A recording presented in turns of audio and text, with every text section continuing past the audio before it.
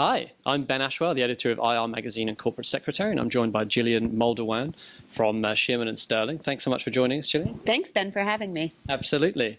So you just moderated a very interesting session about regulatory changes relating to ESG. What were some of your takeaways from the session? Yeah, I think the key takeaway is that the conversation within the regulatory environment has shifted dramatically in the last 4 years.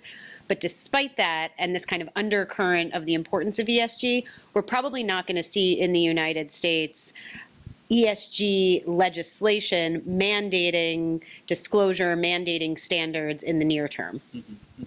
Yeah, that was definitely a talking point on the panel in terms of especially heading into a presidential election year and so on. So, what else should our audience be looking at in terms of regulatory forces around ESG, actions that the SEC are taking, for instance? Absolutely. So one thing we want to look to is to look globally, because we're here in the United States, but many of the companies are multi-jurisdictional, or at least their investor base is multi-jurisdictional.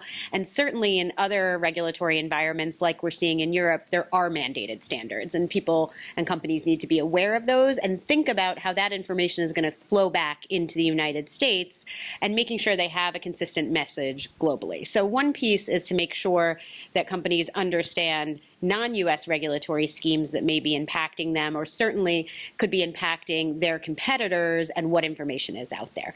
The other thing to think about is how companies want to think about getting ahead of regulation and doing things on, what are often called a voluntary basis. But I think we all know they're not necessarily purely voluntary.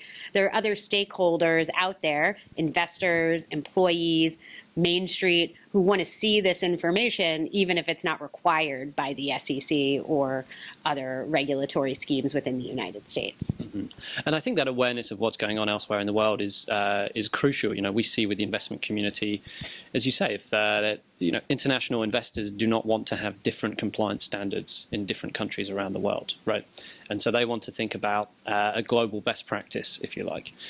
So I think that's hugely important to think about what's going on, particularly in Europe, where, as you say, the trend is much more towards a regulatory approach than I think here, which is more voluntary, I would suggest. Although that being said, there are a couple things we might see come along, and they'll probably come in through rulemaking that's already authorized. So the SEC, for example, is authorized to make certain rulemakings on disclosures on risk factors in people's disclosure, and there's a new focus on human capital management. And that's something we might see come to fruition and be, in fact, required. It doesn't take an additional act of Congress for something like that to come through. So that type of rulemaking we may see. Right now, what we're seeing is a continuation of the SEC's practice of principles-based disclosure.